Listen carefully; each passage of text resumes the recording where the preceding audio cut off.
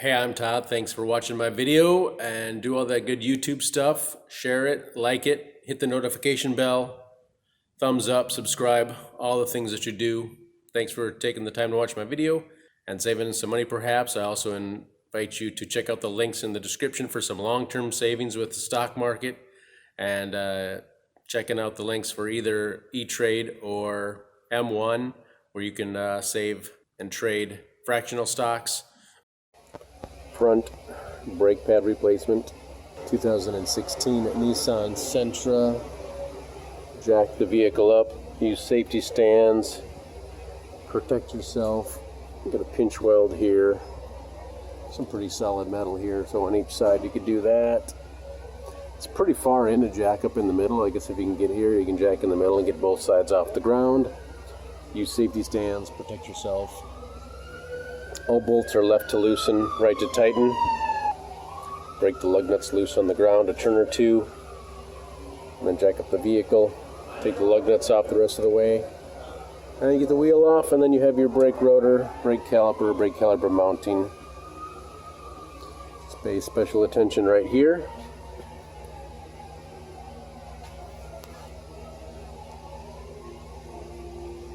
That's how it should look on the outside pad, which is the outside pad, and the inside pad should look the same. So be aware of that little detail there. And yeah, you can, I like to collapse the piston, get in here with a screwdriver, and we're going to collapse the piston and make sure the slides are okay. And I've actually already done it, but I get in here with a screwdriver and I pry, and the caliper hopefully slides and the piston collapses. And then you can check your slides. See, they're moving, sliding. So we'll do that for both sides, and we know we don't have to replace our calipers. Or the odds are very high that we don't have to replace our calipers. I'm going to take the bolt out on the back. I already, of course, broke it loose. There it is. You can actually slide this up and out. Don't need to take the other bolt out. Support it somewhere. Bungee cord or something. And take the inner brake pad and outer brake pad off if you want. There they are. And again, your slides are good. Then we can take these bolts out here and remove this bracket. And then we can slide the rotor off. If it doesn't want to slide off due to rust, you tap it with a hammer over here and it should come loose.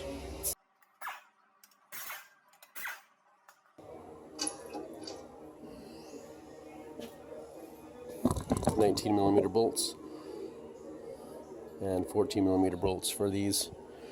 19 and 14. There's a little springy thing on the inside pad that we talked about. So there's a setup. These are friction fits. You can either clean these up with I don't know, sandpaper, emery cloth, some soap and water. They're friction fit. For the most part, you should be able to pull them out. Bad focus, sorry.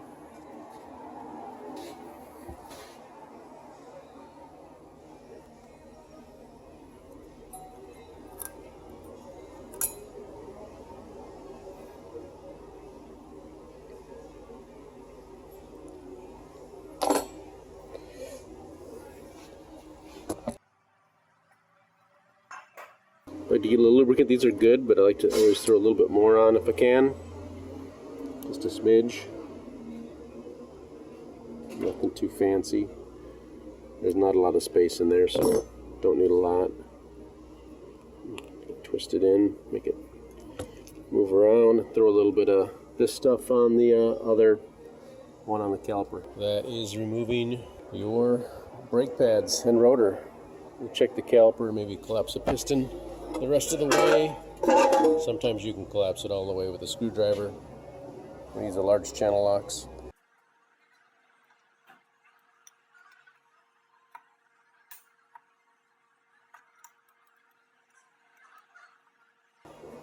Just collapse it till it bottoms out, basically.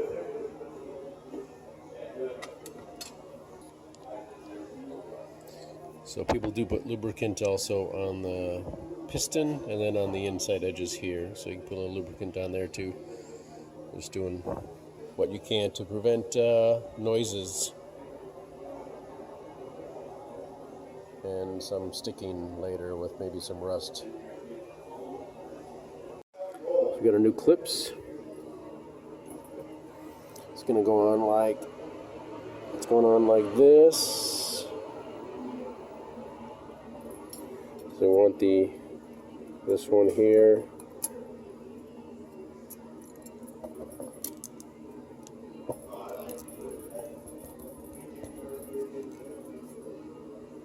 On the bottom then, without the little finger. On the top with the fingers.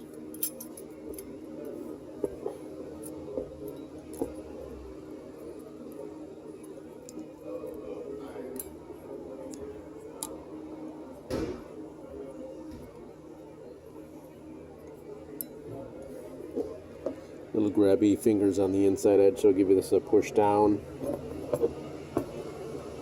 Push down. And we're ready for install.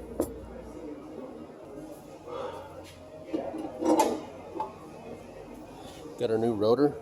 I'm going to wash it with warm soap and water. It has anti-rust corrosion oil on it when you get it out of the box. So wash it all down with some warm soap and water and towel dry it. Should be good to go.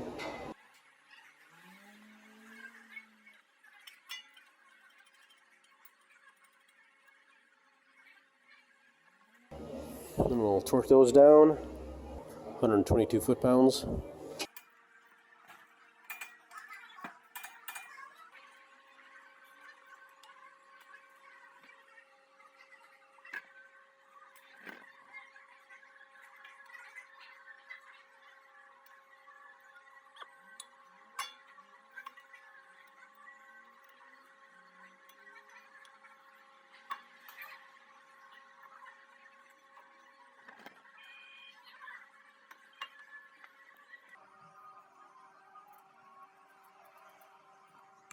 And those are 14mm bolts.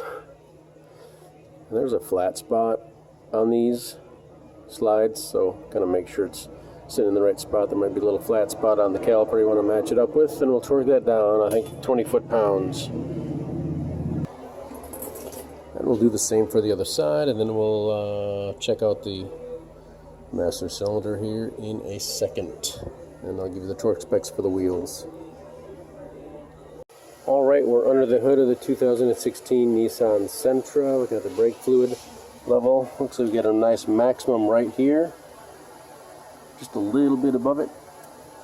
And there's a minimum down here, so keep your fluid level somewhere between that. I've pumped the brakes 6 or 7 times to set the calipers in their spot. So the fluid level is going to be where it's at. We use a turkey baster or a clean rag and suck some out if we wanted to. So like a twist top cap.